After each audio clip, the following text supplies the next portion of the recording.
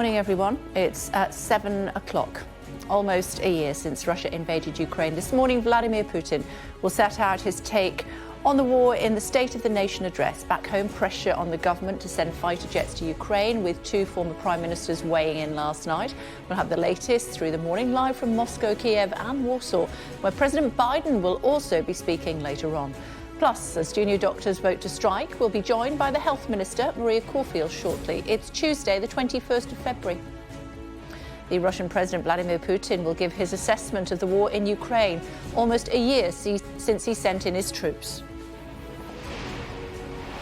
Here in Kyiv, Ukrainians wait to hear details about the big new support package from President Biden, as Britain's Prime Minister is yet again urged to send fast jets. Rishi Sunak's cabinet meets this morning. Behind-the-scenes negotiations continue as he inches closer to a new post-Brexit trade deal for Northern Ireland. UK supermarkets facing a tomato shortage. Poor weather in Europe and Africa means shops are short of some fruit and veg. The rescue mission underway again in Turkey after it's struck by another earthquake just weeks after the disaster which killed tens of thousands of people. And the baby girl born beneath the rubble in Syria finds a new home after her miraculous rescue.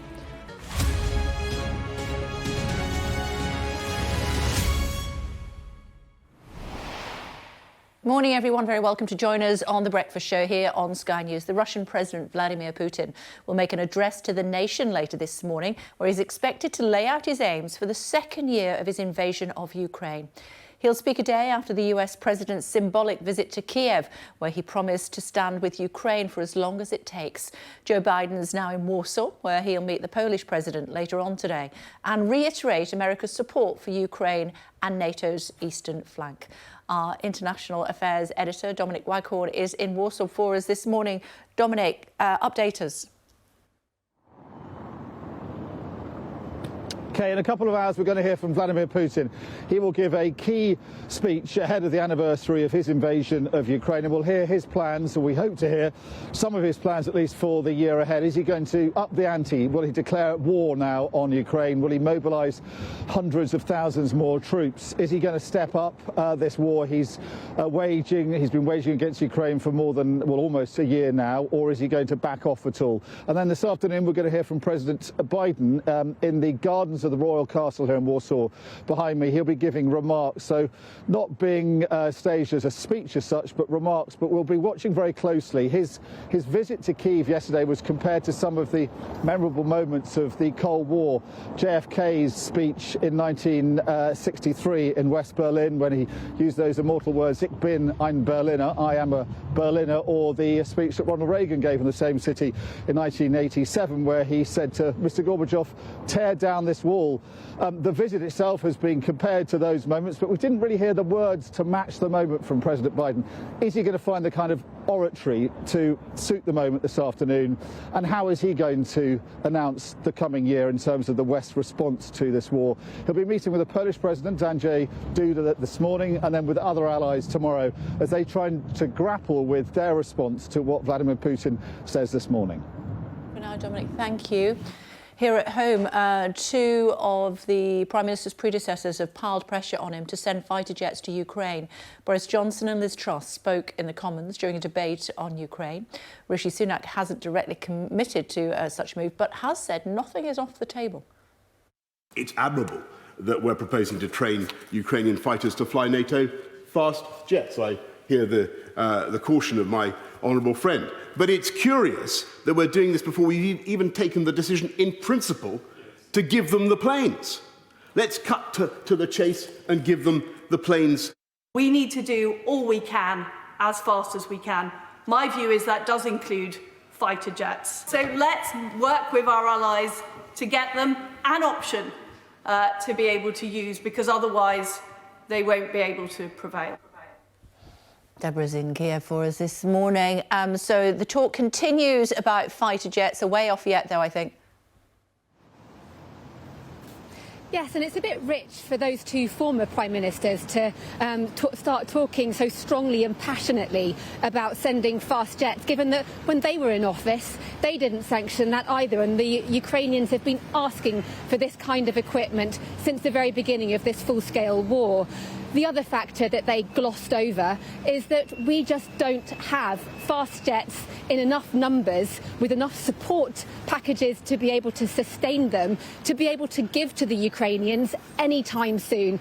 Everybody that I have spoken to says it's farcical to think that the UK can, in any meaningful way, in the time that Ukraine needs them, i.e. right now, send fast jets. It's much more of a decision for other European allies and the United States, those that are flying the F-16, for example, which are in much greater number, therefore have much more support packages behind them. And those are the jets, really, that people should be thinking about when it comes to that big decision whether or not to send fast jets. But what is true is the UK has, over the past year, really led in terms of urging others to take these new, bolder steps, for example, with tanks, which Rishi Sunak did lead the way on. So maybe it is true that the UK could perhaps be a bit more forward-leaning when it comes to encouraging other countries to give these jets, while maybe acknowledging more frankly that right now it doesn't have the kit to be able to do the same.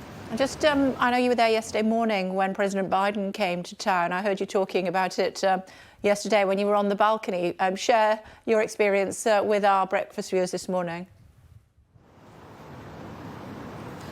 Well, it was incredible. There was so much speculation mounting about who might be coming to town. We're staying at a hotel right by the square. Well, you know it well, you stayed there too, where the president and his Ukrainian host did a tour. And the day before, we'd all received kind of letters through our doors telling us that there was going to be a big security procedure happening the next morning, that we wouldn't be allowed even on the balconies. There was going to be no filming from the balconies. And then in the morning, there were suddenly soldiers appearing inside, sort of telling us not to stand on these balconies, to be able to look out and film what was going on. And the road outside too was completely locked down. And then suddenly there he was, the US president, walking in the square where those tanks, those destroyed Russian tanks, which mark this sort of display of defiance by the Ukrainians, are standing. And then very poignantly going to the memorial wall that runs along the side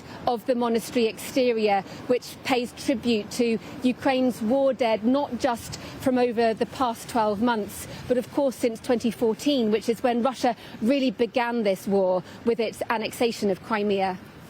OK, for now, Deborah, thank you.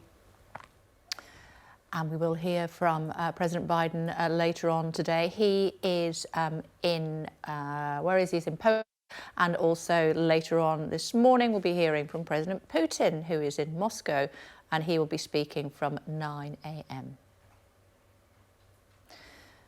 Meantime, 3 people have been killed and more than 600 injured after another earthquake struck the border region between Turkey and Syria. That's the area devastated by massive earthquakes 2 weeks ago. 47,000 people are confirmed to have died during those first 2 earthquakes. Alistair standing by for us this morning. Hello to you, Alistair. Another earthquake.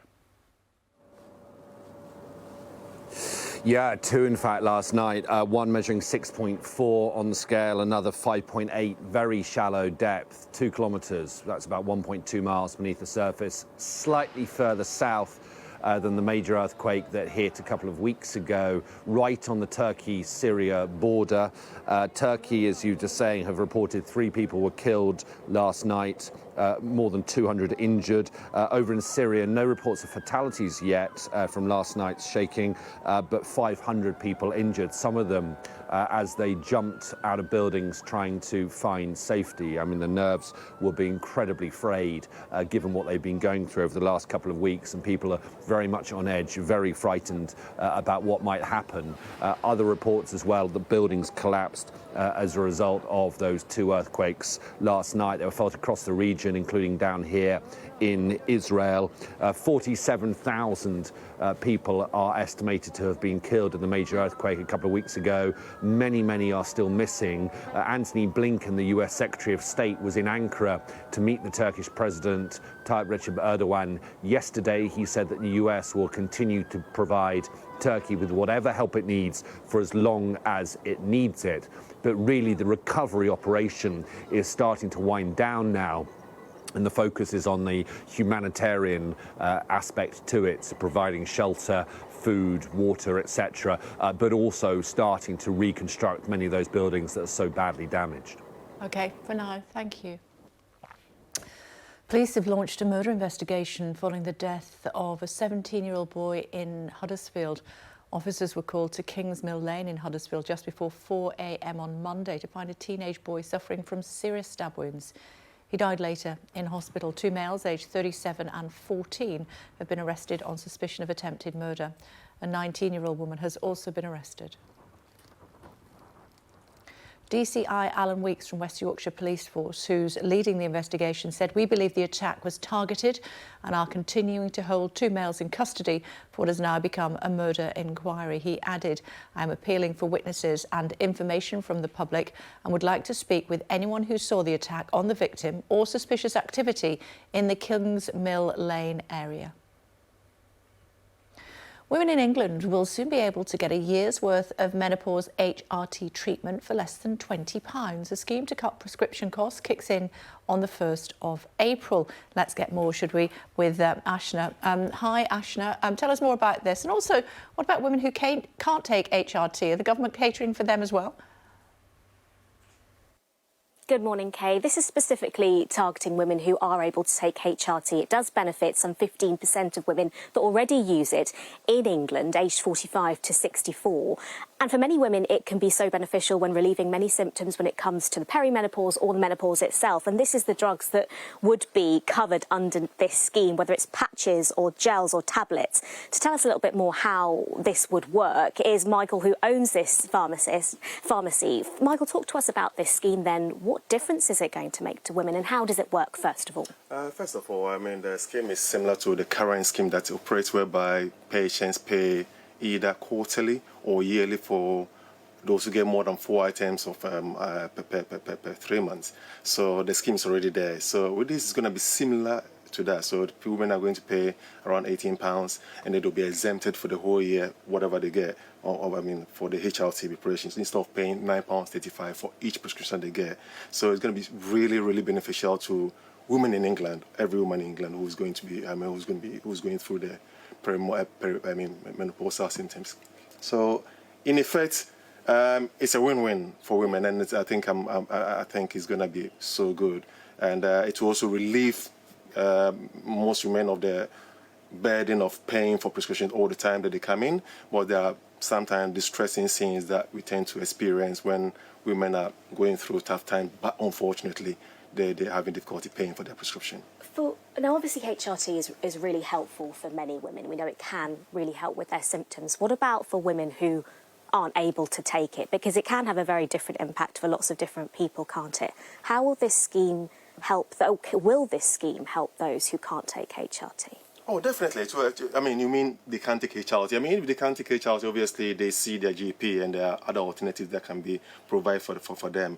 There are so many kinds of HRT depend upon the content, the estrogen or the estrogen content. Therefore, it is targeted based on the clinical history of the woman. So, in effect, even if they are not taking the HRT, as they will benefit from other sources. But I believe that generally there are so many women, I mean, obviously almost everybody is using it, and therefore it's going to be of so much benefit to them, saving them some money, relieving them of the stress, and making it easy for them to access, prescriptions as and when they need it, instead of going through all the hardships. Thank you very, very much. And what Michael was saying earlier is that sometimes it can be quite distressing when women come in and want to purchase HRT, but it's simply so expensive. And this is just one way that the government wants to make it more accessible for lots of women across England. OK, thanks a lot. In other news, SNP leadership candidate Kate Forbes has said that she would have voted against same-sex marriage as a matter of conscience had she been an MSP at the time. She told the Scotsman she would not have backed the legislation, but respected and defended the choice that was made. Her comments have been sharply criticised by some in the SNP. And former Scottish Conservative leader Ruth Davidson, who is in a same-sex relationship, tweeted that Forbes has just set fire to her leadership campaign on the very same day she launched it. Supermarket shoppers have been seeing empty produce shelves, particularly shortages of tomatoes and peppers. It's mainly due to disrupted harvests in southern Europe and North Africa from difficult weather. Britain is particularly reliant on Spain and Morocco for produce in winter. Energy bills are expected to rise by an estimated £500 a year, despite an expected reduction in Ofgem's household price cap. Analysts forecast the energy regulator will cap household energy bills each year at £3,294 from the 1st of April, down from the previous cap of £4,279. But despite this, customers will be paying around 20% more on their bills. A man in Germany has become the third known person to have been successfully cured of HIV using a stem cell transplant. The 53-year-old, who's only known as the Dusseldorf patient, was diagnosed in 2008.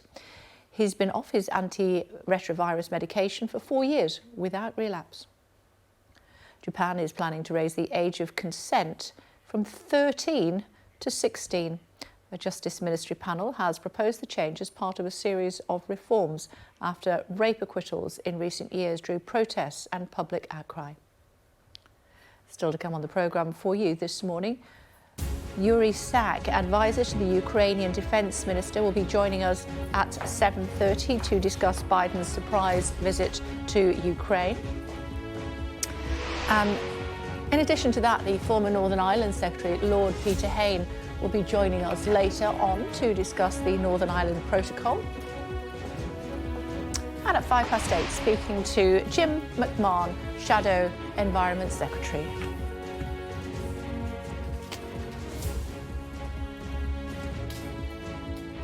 Junior doctors will follow other health workers and strike for 72 hours next month in a dispute over pay. 98% of those who voted backed the move. The British Medical Association said doctors were frustrated and angry. Joined now by the Minister for both Mental Health and Women's Health, Maria Caulfield. Hi, it's good to see you. Thanks for joining us. Why are 98% of doctors who voted wrong? Well, I'm not saying that they're wrong, and it's disappointing, absolutely, that they voted for strike action. But the BMA, specifically on junior doctor pay, are asking for around 26%, which is just not affordable.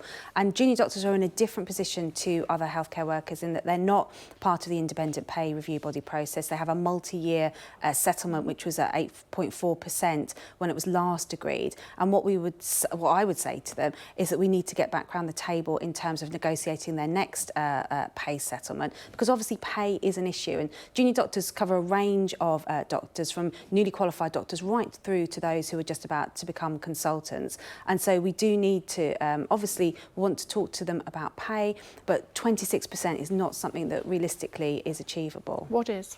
So that's why we want them to get around the table. When we did the last multi-year pay settlement and we settled at 8.4%, you absolutely took on board their points around pay and working conditions. But strike action is not going to resolve this. And particularly concerning is the issue around them not wanting to cover A&E and things like ITU. That will have an impact, a serious impact on patients. And so I would say to the BMA, come and talk to the government, look at the type of strike action that they're taking, and a multi-year settlement means that when they agree it, when it's first delivered, that's something that we can't undo right now. First nurses, then ambulance workers, then call workers, now doctors. There's a common theme there, and the government's on the wrong side of this argument.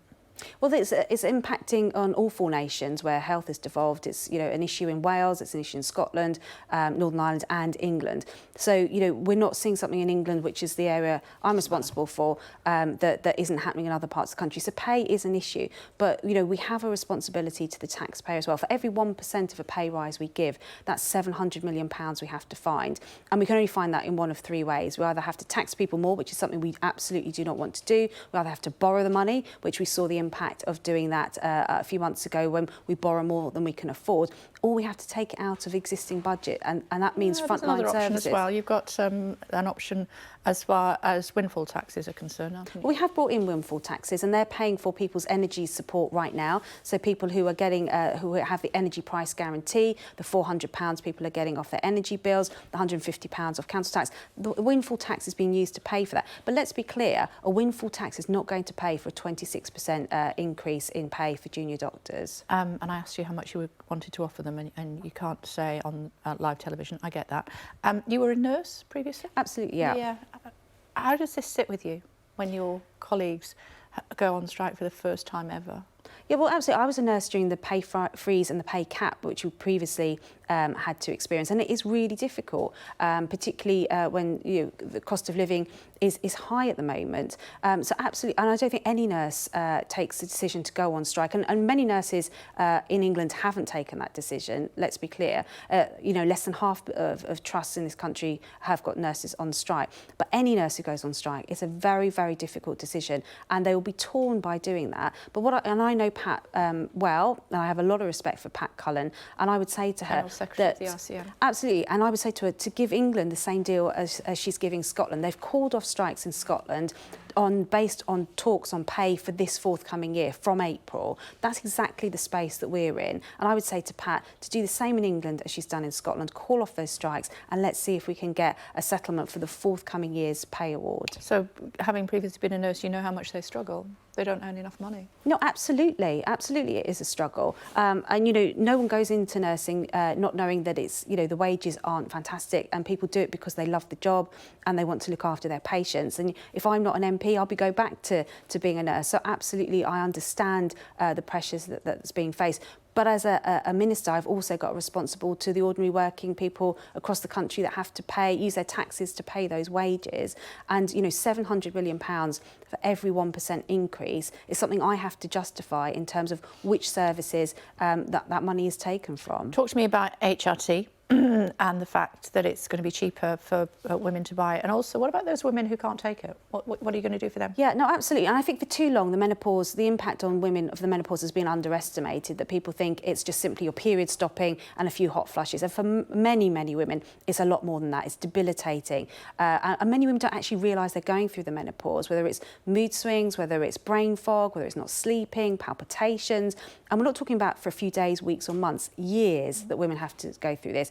HRT is Singing working. to the choir here, sister. Absolutely, and HRT works significantly well in a huge number of women, and we're almost victims of our own success, that we've seen a 50% increase in the number of women taking HRT, and sometimes that does put pressure on supplies.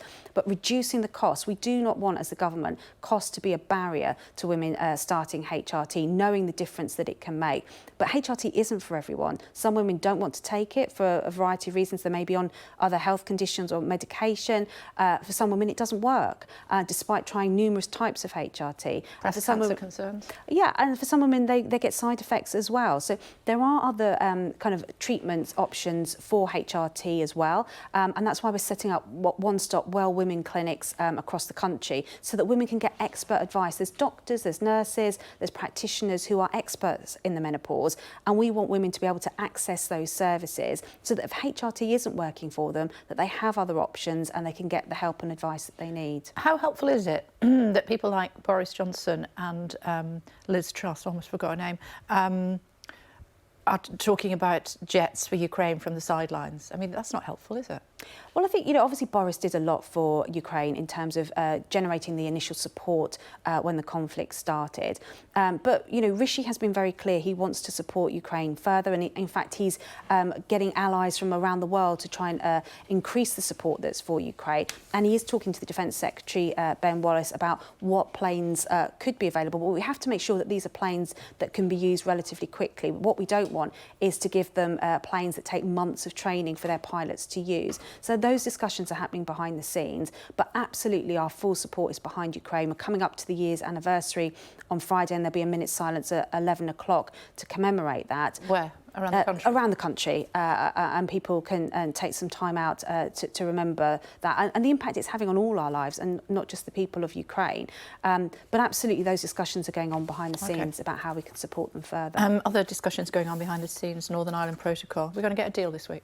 I don't know about this week. I know that the Prime Minister is working really hard and working with a number of politicians from across Northern Ireland, politicians within the EU to try and resolve this. The Northern Ireland Protocol isn't working for Northern Ireland right now, and it does need to be resolved. It's a key reason why there's no functioning assembly and government in Northern Ireland. That's not great for the people of Northern Ireland. Health, we just talked about the menopause. Health is a devolved matter in Northern Ireland. What we're introducing here to reduce costs of hormone replacement therapy here can't be done in Northern Ireland at the moment because there's no functioning government. So it's having a day-to-day impact on people's lives, and it's a key priority for the Prime Minister. Let me squeeze one in very quickly. You're a woman of the world.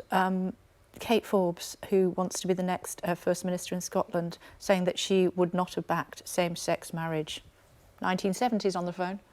Well, you know, that's a matter for the SNP to decide who they want to be their next leader. Look, I'm personally supportive of equal marriage. I voted for it actually for Northern Ireland the last time their assembly was out. Sure. And Westminster had to take that decision. But it is a matter for the SNP, and then it'll be a matter for the people of Scotland whether they decide that the leader that they then have is someone they want to continue with. Great to see you. Thanks very much indeed for joining us. Thank you.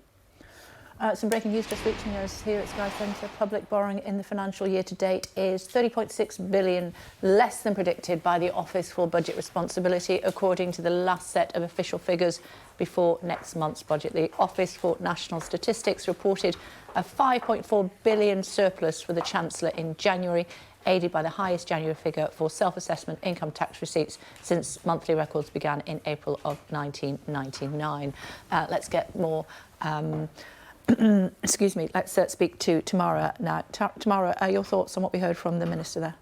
Well, no compromise, it sounds like, with the junior doctors who, as Maria Caulfield pointed out, are not in the pay review body as some other public sector workers are. They were given an 8% pay rise over 4 years, beginning in 2019, so 2% a year. And they now say that compared to 2008, their pay has gone down in real terms by 26%.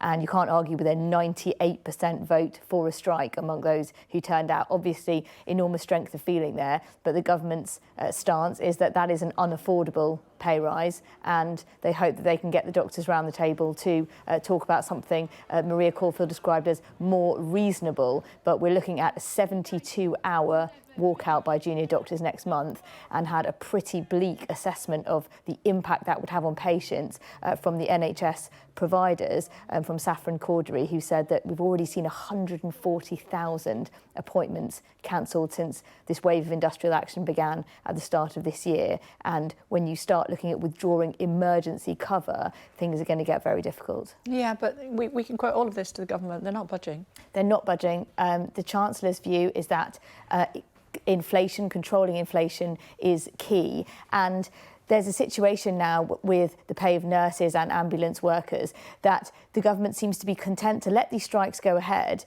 and just say, we're looking at next year's pay, which is the pay that begins from April, and seeming to hope that those strikes might peter out once they start negotiating next year's pay. They won't look at the kind of one-off payment that I know the Health Secretary, Steve Barclay, had at one stage been pushing for. Interesting that Maria Caulfield said that the nurses in England she hoped would be offered by their union the sort of deal that they've got in Scotland, where nurses' strikes have just been called off after they accepted 6.5% rise for next year. She's saying that she hopes the nurses in England start talking about next year's pay. But for the public sector workers, they're saying we want to see a pay rise immediately, and there's going to be a lot of disruption before the beginning of the next financial year. OK, for now. Tamara, thanks very much indeed. Quick look at the weather. Warm memories wherever you go. The weather, sponsored by Qatar Airways. This will be the last day of the current mild spell, which has seen temperatures in double figures for most. The weather will turn colder for the rest of the week, with the risk of overnight frost and wintry showers.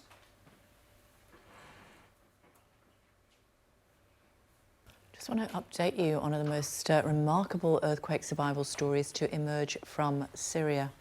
Here we go. This baby girl who was born beneath the rubble of her family's shattered home. She survived, still connected, you remember, via the umbilical cord to her mum, who was killed along with her father and 4 siblings. Her aunt and uncle have adopted her and named her Afra, which was her mum's name. Oh, poor little thing. She's got a challenge ahead of her, hasn't she? Right, let's update you on other stories this morning. Stung by battlefield losses, but with his forces still in control, about a fifth of Ukraine, Vladimir Putin will this morning lay out his plans for the war as it enters its second year. The US President Joe Biden unveiled huge new support for Ukraine during an unannounced visit yesterday. And today, he's in Poland. With me is Rishi Sunak, an advisor to Ukraine's Defence Minister. Hi, it's good to see you. Thank you very much indeed for joining us. How much did it help having President Biden in town? It was a surprise visit that, of course, gave a huge morale boost. It's a very powerful motivating factor for Ukrainians. If you just look at how the majority of Ukrainian people, what they were writing yesterday on social media, how people were responding to this visit, of course, it's everybody was jubilant. And the reason why the reaction is such is because this visit, of course, sends a very powerful message, not just to Ukrainians. It sends a powerful message to the Kremlin as well. And this message goes that Ukraine will definitely win this war. Russia will never win this war, because for Russia this is an unwinnable and unsustainable war. And it also sends a message to a wider international audience that the Western allies will continue to stand with Ukraine until victory. And of course we hope that, as our president said yesterday, that this year will be the year of victory. What does it say to countries like Iran, who we know are supplying drones and the like, to Russia, and also to China, who are reportedly considering offering lethal weapons to Russia? With regards to Iran, of course, there are a lot of diplomatic efforts in the international arena, and not just by Ukraine, but by our allies as well, to try to stop the delivery of these drones. And there was information that Russia was trying to even negotiate the purchase of cruise missiles from Iran. So, of course, that's work in progress. And unfortunately, for now, Russia still has some quantity of Iranian drones which are hitting Ukrainian energy infrastructure, our peaceful cities. But we're getting good at shooting them down because our air defense capabilities improve as well. I saw that firsthand. Yeah, well, when I was in Kiev. Yeah, well, so you are an eyewitness of the improved capability of Ukrainian Air Force and air defense. As for China, of course, China is a major player on the international arena, and it seems logical that China should be interested as a major player in an international, rule-based international order. So we, on our side, we hope that China will continue to at least have a pragmatic approach to, Russia's aggression against our country. And we hope that this information doesn't materialize because, of course, for us, it is important to continue to isolate Russia and making sure that it is not able to shop around for more weapons, for more ammunition in other countries is as well an important factor. So. You'll want to know more about this $500 million package, $50 billion package. No, it's 500. No, 500 million. Yeah, 415 million pounds. Lots of figures to look at. How is it going to be used? What is it? Well, it's a lot of ammunition for the heavy artillery, it's ammunition for HIMARS systems, armored vehicles, and of course our main objective at this stage, we've been able to stabilize the front line. It's of course fierce and very intense in some parts of the front line, but right now we are preparing for our counteroffensive because, like I said before, we hope that this is a year of our victory, and for this we need to deoccupy those temporarily occupied territories, and all these weapons will be used efficiently by the Ukrainian army to achieve these goals. And of course, we're still talking to our partners on a daily basis about, the provision of long-range missiles, about the tanks, which we hope will come soon, and about the fighter jets, because it's for us to improve our capability and to basically to achieve our goal, which is in the interest of the whole of the European continent, to restore peace, to restore territorial integrity of Ukraine. We need those weapon systems that we are requesting to be on the front line sooner rather than later. Friday is the anniversary of the war, the invasion. What do you expect to happen? For the last 2 weeks, there was always a risk of renewed, more intensified Russian offensive. It has not happened yet, and partly because during the last 12 months, Ukrainian army was able to significantly degrade Russian military capability, and we have seen that in a simple fact that during the last 6 months, the only thing that they were able to gain control of are the ruins of the city of Soledar. So their capability to carry out an offensive of that magnitude is probably degraded, but at the same time, the risk of missile strike, for example, remains very high, and our Air Force Command yesterday issued a warning to all Ukrainians that we have to be vigilant, and if air raid sirens ring out, people need to seek shelter, because indeed Russia does have a liking for these symbolic dates, and we have to be, and we are prepared for any turn of events. But this will be a year of Ukraine's resilience and a year of Russia's failures. And just to go back to China, some suggestions that they could possibly be the one to broker a peace deal between you and Russia. Is that something that might be on the cards? Well, look, as far as ending this war, now there's a very deep understanding within our allies that it will have to be ended on the battlefield. And Ukraine does have a 10-step peace plan, which has been announced by our president, which has been discussed with our allies, and there's a broad agreement that this plan is logical and should be implemented. So at the moment, we welcome all diplomatic efforts aimed towards helping Ukraine win this war, and once we win this war, hopefully soon, then we will talk about things like reparations for the damages that Russians have done to our country, international tribunal for the war crimes that they have committed, and our future steps. Okay, it's good to see you. Hopefully it's as peaceful as possible on Friday. Thank you very much indeed for joining us. We hope so too. Thank you. Thank you. A reminder, there's a special programme, Russia at War, Putin's home front. That's tonight, 8:30, here on Sky News.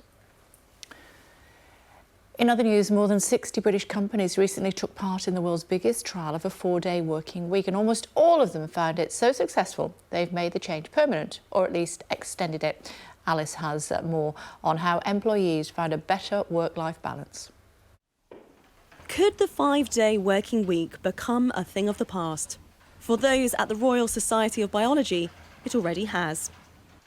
They were one of 61 organisations taking part in the pilot, and they're keeping the 4-day week. We see there's actually been a decline in the amount of sick days taken during the period of the trial. We were starting off sick leave at around about the 4 to 5 days perhaps per person per year on average. It's down to less than 2 at the moment, so I think it's a really substantial difference actually. Employees now have a slightly longer working day, but they say it's worth it. Weekends can be quite hectic, the 2-day weekend, so it's been quite nice to have that extra day. You see your friends and family on the 2 days when they're also free, and then you get that extra day off during the week just to do all your chores or just to have that time to yourself to relax. So it's really made a big difference to my mental health, I think. Of the 2,900 staff who took part in the pilot, 39% said they were less stressed compared with the start of the trial.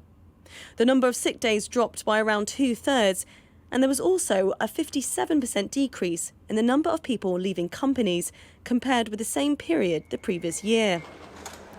The pandemic was key in forcing workplaces to become more flexible, but not everyone believes a shorter week is the future. I think a 4-day week sounds good in principle, but in practice, how many companies are going to be able to actually support employees' well-being if they're going from having a normal 5-day week and then cramming that down into 4 days? We do a 5-day week, but we work 10 till 4. So we shorten the days. And that means that the employees get to have that work-life harmony, but they're not actually shortening their week. With the findings of the pilot being presented to the House of Commons today, your 4-day week could be just around the corner. Alice Porter, Sky News.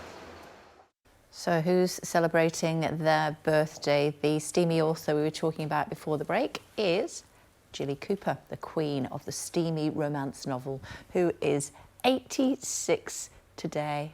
Wrote Riders, of course, and Jump, which was a big clue, if you knew, before the break. Happy birthday to Jilly Cooper.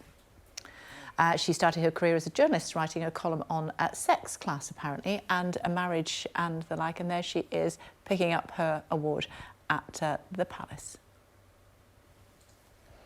Now, Rishi Sunak's cabinet meets this morning, behind-the-scenes negotiations continuing as he inches closer to a new post-Brexit trade deal for Northern Ireland. It's reported that some ministers could resign if the Prime Minister dumps the Northern Ireland Protocol Bill in any new deal. Joining us now is the former Northern Ireland Secretary, Lord Hayne. Hello to you, Lord Hayne. It's always good to see you. Thanks for joining us. What a mess all this is. Yes, it is. It was created by Boris Johnson, who's now and since tried to wriggle his way out of it. But the reason it's such a problem, and Brexit was always going to be a problem for Northern Ireland, because the Republic of Ireland and Great Britain joined the European Union at exactly the same time in 1972-73. So for Britain to leave it, for the UK to leave it, means that there either had to be a border across the island of Ireland, and we know what that would mean, all the toxicity of the past, with the Catholic population wanting closer, if not united, links with the Republic to the south, and the Unionist population, the Protestant population, wanting to retain the link with the UK. Once the UK left the European Union, there had to be an external border of the EU somewhere. Either it was across the island of Ireland, which I say would inflame all the old problems, or there had to be checks across the Irish Sea from England, Scotland, Wales into Northern Ireland.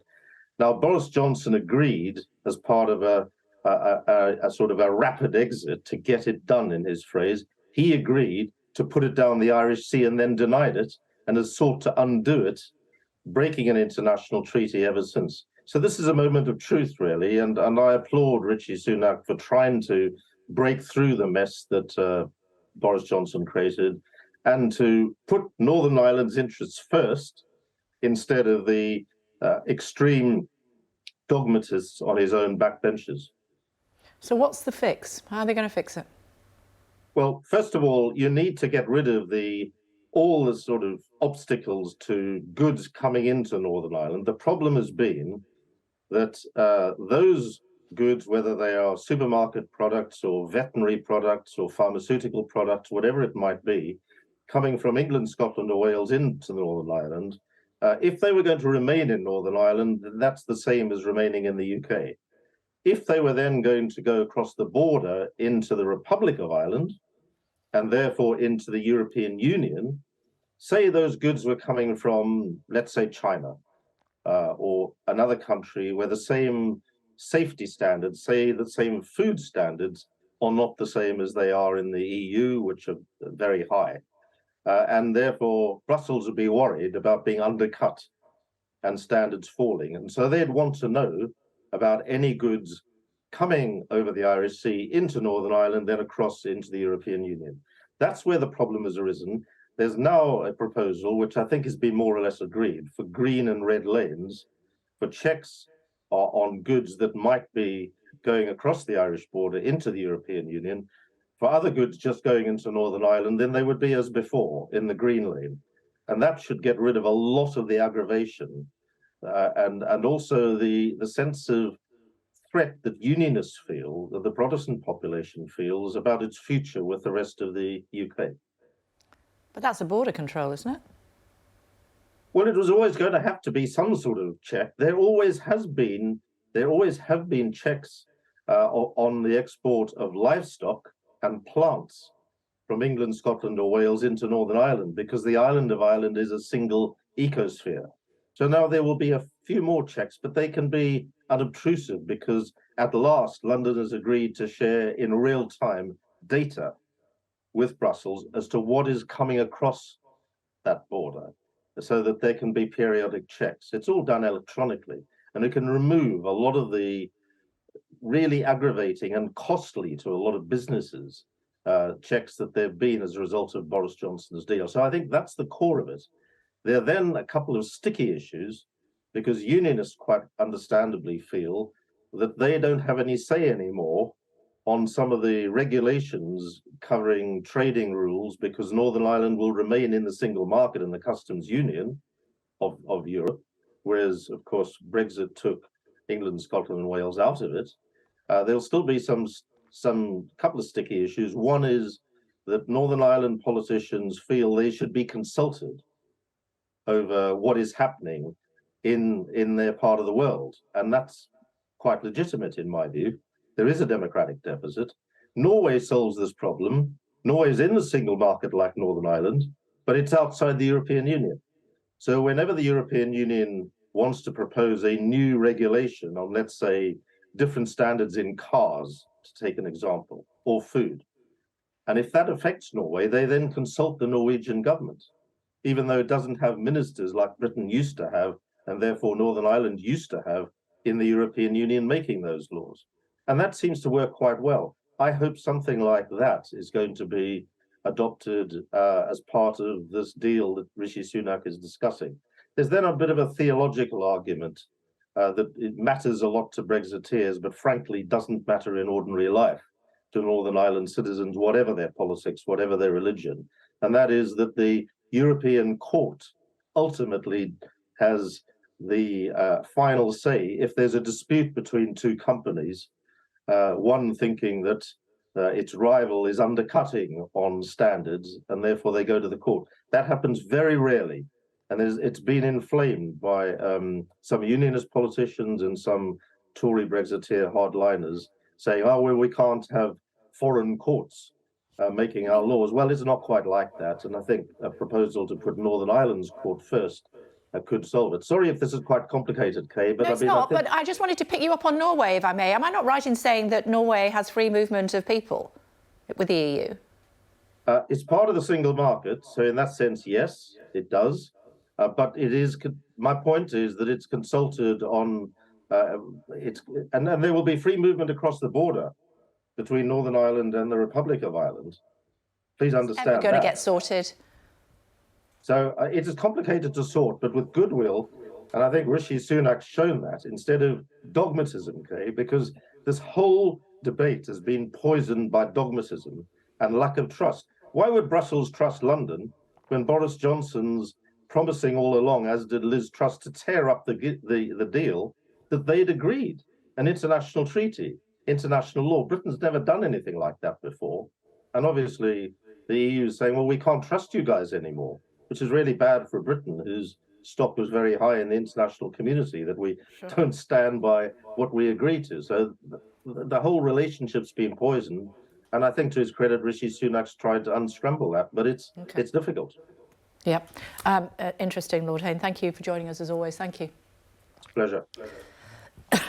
Just want to show you this. First generation iPhone still in its box, has sold at auction for more than $63,000, 100 times its original price. There you go. You remember it was launched in 2007 by late Apple chief Steve Jobs. Karen Green received hers as a gift but never opened it, as she just bought one herself as well. Over the years, collectors have grown to consider the first iPhone as a cultural and technological artefact. There you go. Doesn't actually change that much, does it? There you go. All today's top stories coming up in just a moment. Stay tuned.